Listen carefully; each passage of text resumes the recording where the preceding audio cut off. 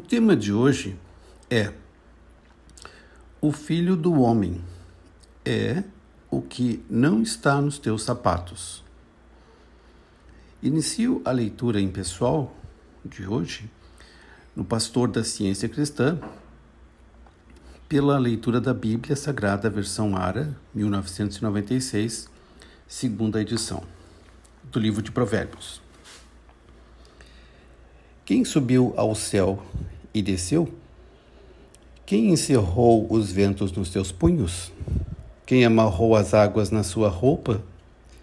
Quem estabeleceu todas as extremidades da terra? Qual é o seu nome? E qual é o nome de seu filho, se é que o sabes? Toda a palavra de Deus é pura. Ele é escudo para os que nele confiam. Daniel. Eu estava olhando nas minhas visões da noite, e eis que vinha com as nuvens do céu como o filho do homem, e dirigiu-se ao ancião de dias, e fizeram chegar até ele. Foi-lhe dado domínio e glória e o reino, para que os povos, nações e homens de todas as línguas o servissem. O seu domínio é domínio eterno, que não passará, e o seu reino jamais será destruído. Do Novo Testamento, do livro de Atos. Estevão, cheio de graça e poder, fazia prodígios e grandes sinais entre o povo.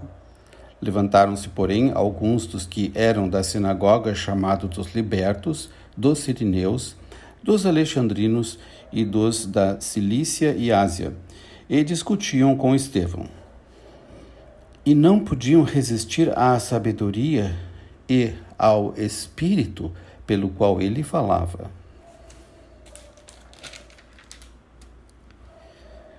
O tabernáculo do testemunho estava entre nossos pais no deserto, como determinara aquele que disse a Moisés que o fizesse segundo o modelo que tinha visto, o qual também nossos pais, com Josué, tendo-o recebido, o levaram quando tomaram posse das nações que Deus expulsou da presença deles até aos dias de Davi.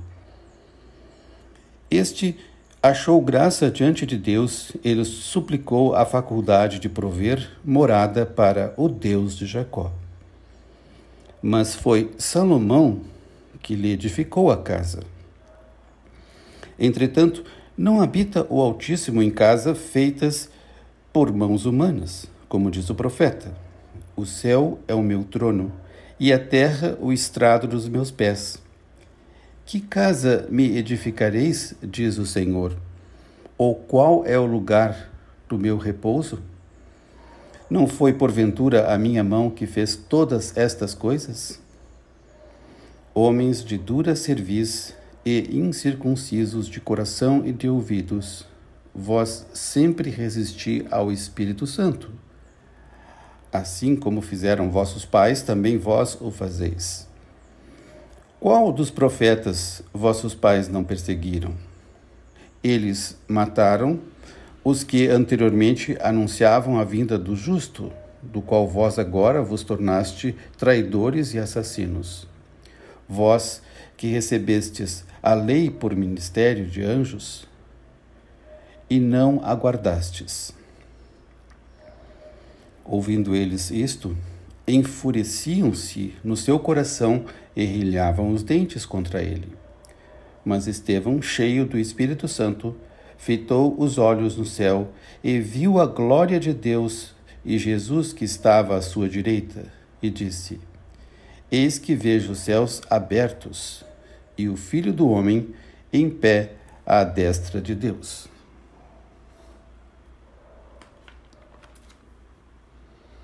Segundo Coríntios. Sabemos que se a nossa casa terrestre deste tabernáculo se desfizer, temos da parte de Deus um edifício, casa não feita por mãos, eterna nos céus. E por isso, neste tabernáculo, gememos aspirando por sermos revestidos da nossa habitação celestial, se todavia formos encontrados vestidos e não nus. Pois, na verdade, os que estavam neste tabernáculo, gememos angustiados, não por querermos ser despidos, mas revestido para que o mortal seja absorvido pela vida.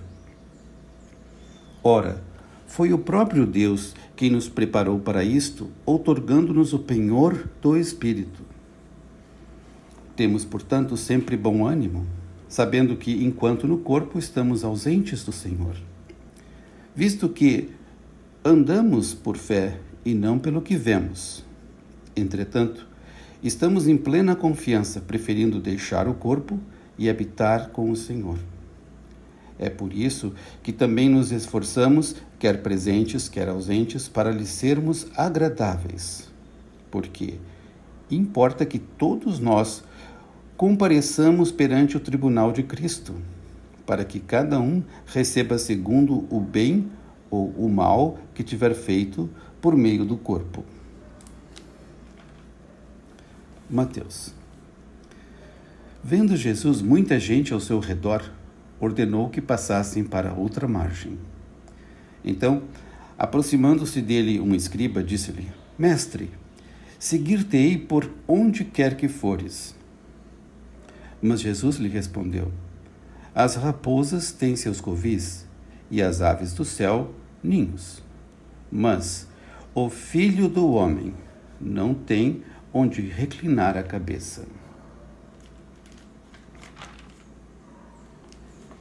Então disse Jesus a seus discípulos: Se alguém quer vir após mim, a si mesmo se negue, tome a sua cruz e siga-me.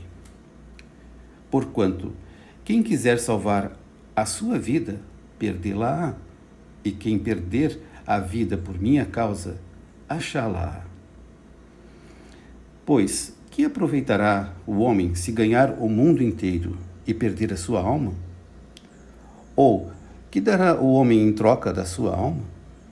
Porque o Filho do Homem há de vir na glória de seu Pai com os seus anjos, e então retribuirá a cada um conforme as suas obras. Em verdade vos digo que alguns há dos que aqui se encontram que de maneira nenhuma passarão pela morte, até que vejam vir o Filho do Homem no seu reino. Ainda de Mateus: Quando vier o Filho do Homem, na sua majestade, e todos os anjos com ele, então se assentará no trono da sua glória. E todas as nações serão reunidas em sua presença, e ele separará uns dos outros, como o pastor separa dos cabritos as ovelhas. E porá as ovelhas à sua direita, mas os cabritos à esquerda.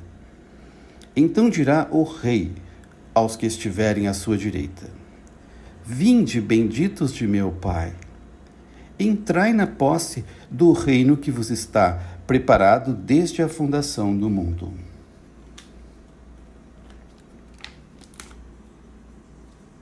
De João. E eu, quando for levantado da terra, atrairei todos a mim mesmo. Isto dizia, significando de que gênero de morte estava para morrer. Replicou-lhe, pois, a multidão: Nós temos ouvido da lei que o Cristo permanece para sempre. E como dizes tu ser necessário que o Filho do Homem seja levantado? Quem é esse Filho do Homem? Respondeu-lhes Jesus: Ainda por um pouco a luz está convosco. Andai enquanto tendes a luz, para que as trevas não vos apanhem. E quem anda nas trevas não sabe para onde vai. Enquanto tendes a luz, credes na luz, para que vos torneis filhos da luz. Jesus disse estas coisas e, retirando-se, ocultou-se deles.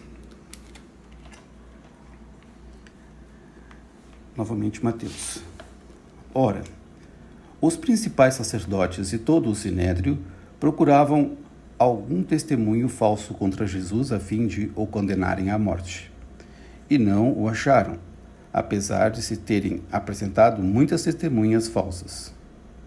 Mas, afinal, compareceram 2, afirmando: Este disse: Posso destruir o santuário de Deus e reedificá-lo em 3 dias.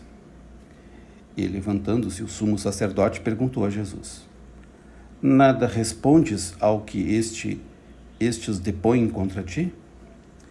Jesus, porém, guardou silêncio.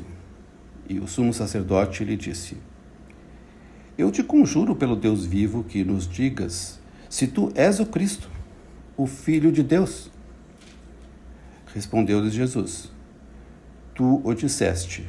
Entretanto, eu vos declaro que, desde agora, vereis o Filho do Homem assentado à direita do Todo-Poderoso e vindo sobre as nuvens do céu.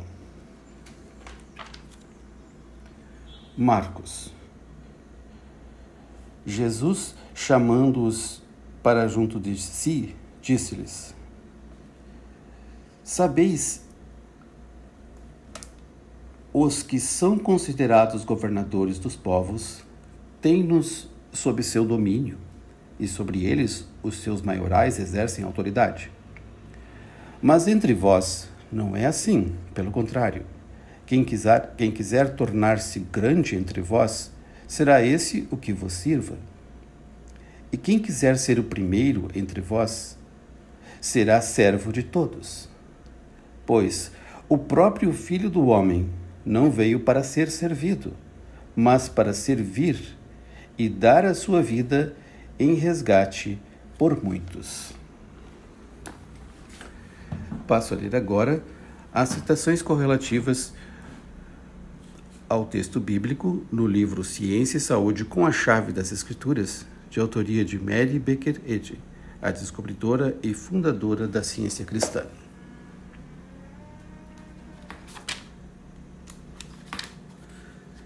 Diz um apóstolo que o Filho de Deus, Cristo, veio para destruir as obras do diabo. Deveríamos seguir nosso modelo divino e procurar destruir todas as obras malignas, inclusive o erro e a doença. Existe a tradição de que Públio Lentulus escreveu às autoridades de Roma: Os discípulos de Jesus creem que ele é o Filho de Deus. Aqueles que estão instruídos na ciência cristã alcançaram a gloriosa percepção de que Deus é o único autor do homem.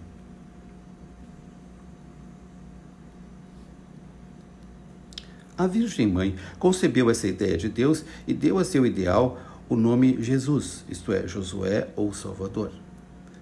A iluminação do senso espiritual de Maria reduziu a silêncio a lei material e sua ordem de geração e fez nascer seu filho pela revelação da verdade, demonstrando que Deus é o Pai dos homens. O Espírito Santo, o Espírito Divino, envolveu o senso puro da Virgem Mãe com o pleno reconhecimento de que o existir é o Espírito.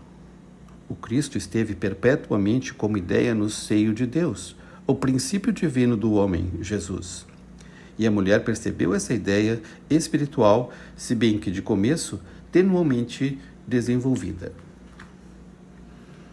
Os fariseus de outrora expulsaram das sinagogas a ideia espiritual e o homem que a vivia, e conservaram suas próprias crenças materialistas a respeito de Deus. O sistema de curar de Jesus não recebeu ajuda nem aprovação de outros sistemas religiosos ou de saúde, de doutrinas da teologia ou da física, e ainda não encontrou aceitação geral. Hoje, como outrora, inconsciente do reaparecimento da ideia espiritual, a crença cega fecha-lhe a porta e condena a cura dos doentes e dos pecadores quando essa cura é realizada por algum meio que não seja uma teoria material e doutrinária. Jesus previa essa rejeição do idealismo da verdadeira ideia de Deus, a rejeição dessa salvação que livra de todo o erro físico e mental. Por isso, ele perguntou: quando vier o Filho do Homem, achará, porventura, fé na terra? A pergunta naqueles dias, como hoje, era: como é que Jesus curava os doentes? O mundo rejeitou a resposta dele a esta pergunta. Ele apelou para os alunos: quem diz o povo ser o Filho do Homem? Isto é, quem ou o que fica assim identificado com a expulsão dos males e a cura dos doentes? O Cristo invisível era imperceptível aos chamados sentidos pessoais, ao passo que Jesus apareceu como existência corpórea.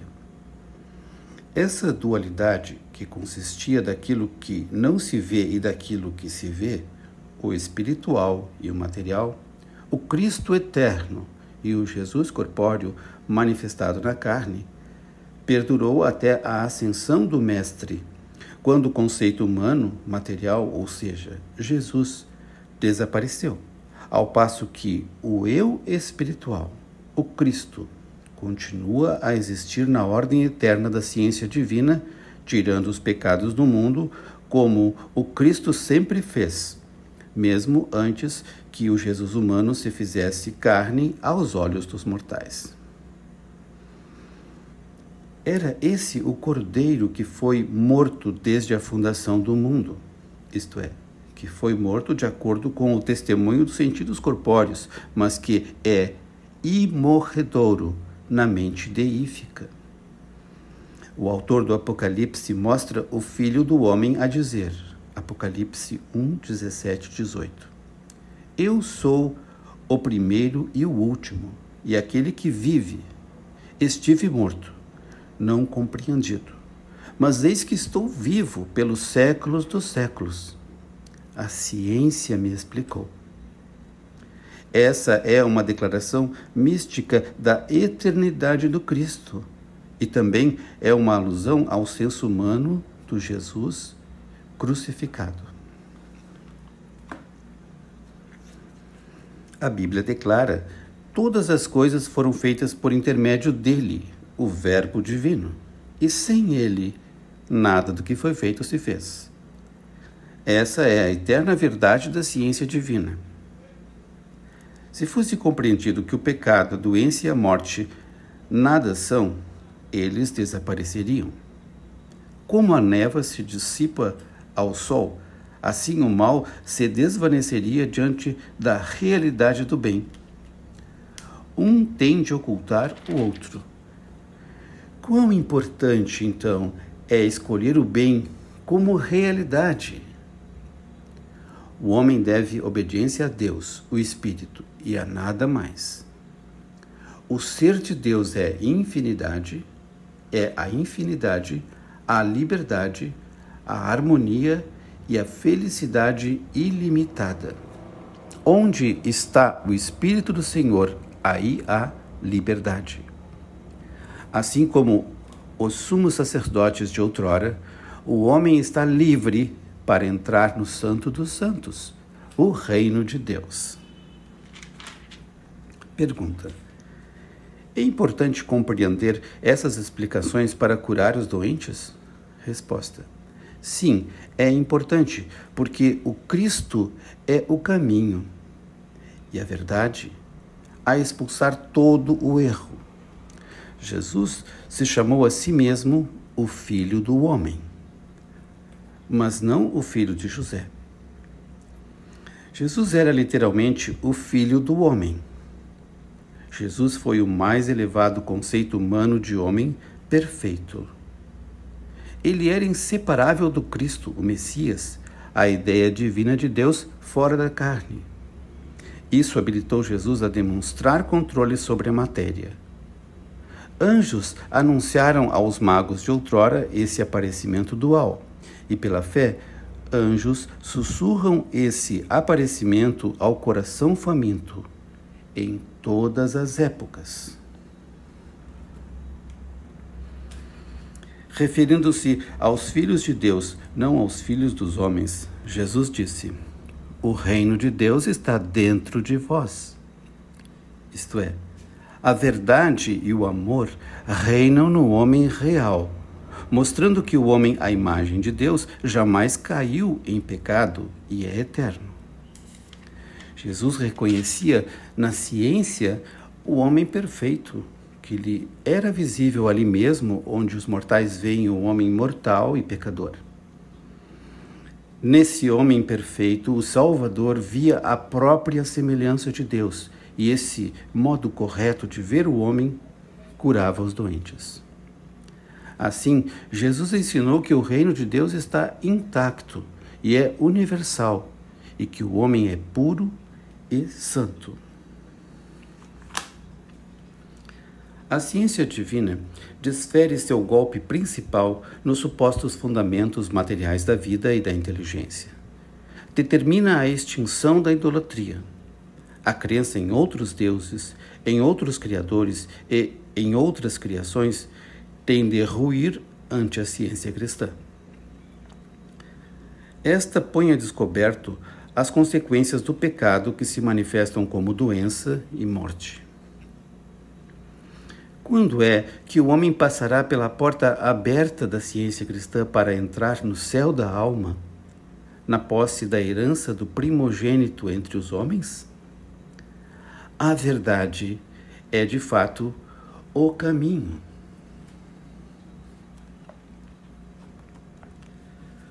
Nos registros históricos de 19 séculos, encontramos muitas seitas, mas não suficiente cristianismo. Séculos atrás, os devotos estavam dispostos a aclamar um Deus antropomorfo e envolver seus mandatários em pompa e esplendor, mas não foi dessa maneira que a verdade apareceu. Na antiguidade, a cruz era o símbolo central da verdade, e assim é até hoje. O açoite moderno é menos material do que a chibata romana, mas é igualmente cortante. O frio desdém, a resistência obstinada, a oposição das igrejas, das leis do Estado e da imprensa ainda são os precursores do aparecimento da verdade em pleno fulgor. Um cristianismo mais elevado e mais prático, que demonstra justiça e atende às necessidades dos mortais, tanto na doença como na saúde, está batendo à porta desta época, pedindo entrada. Abrirás ou fecharás a porta a esse anjo visitante que vem na quietude da mansidão, como veio outrora aos patriarcas ao meio-dia? Assim como Paulo outrora perguntou aos descrentes, assim as autoridades religiosas de hoje perguntam: quanto ao nosso modo de curar e ensinar, desonras a Deus pela transgressão da lei? Mas nós temos o Evangelho, e nosso mestre anulava a lei material ao curar contrariamente a ela. Nós nos propomos a seguir o exemplo do mestre. Deveríamos subordinar a lei material à lei espiritual. 2 pontos essenciais da ciência cristã são que nem a vida, nem o homem morrem, e que Deus não é o autor da doença. Pergunta: têm os cientistas cristãos algum dogma religioso? Resposta: não, se com esse termo se quer dizer crenças doutrinárias. O que segue é uma breve relação dos pontos teológicos importantes, ou seja, dos fundamentos da ciência cristã. Fundamento número 2. Reconhecemos e adoramos o Deus único, supremo e infinito. Reconhecemos seu Filho, o Cristo único, o Espírito Santo, ou seja, o Consolador, o confortador divino, e o homem como imagem e semelhança de Deus. A mente tem de ser reconhecida como superior a todas as crenças dos 5 sentidos corpóreos e capaz de destruir todos os males. Quem ousará pôr em dúvida essa prova consumada do poder e da disposição da mente divina de manter o homem para sempre intacto no seu estado perfeito e de governar toda a ação do homem? O amor divino sempre satisfez e sempre satisfará a toda necessidade humana. Não é bom imaginar que Jesus tenha demonstrado o poder divino de curar somente para um número seleto de pessoas ou por um período de tempo limitado, pois, para toda a humanidade e a todo momento, o amor divino propicia todo o bem. O milagre da graça não é milagre para o amor. Jesus demonstrou a incapacidade da corporalidade, bem como a capacidade infinita do espírito, ajudando assim o errôneo senso humano a fugir de suas próprias convicções e a procurar segurança na ciência divina.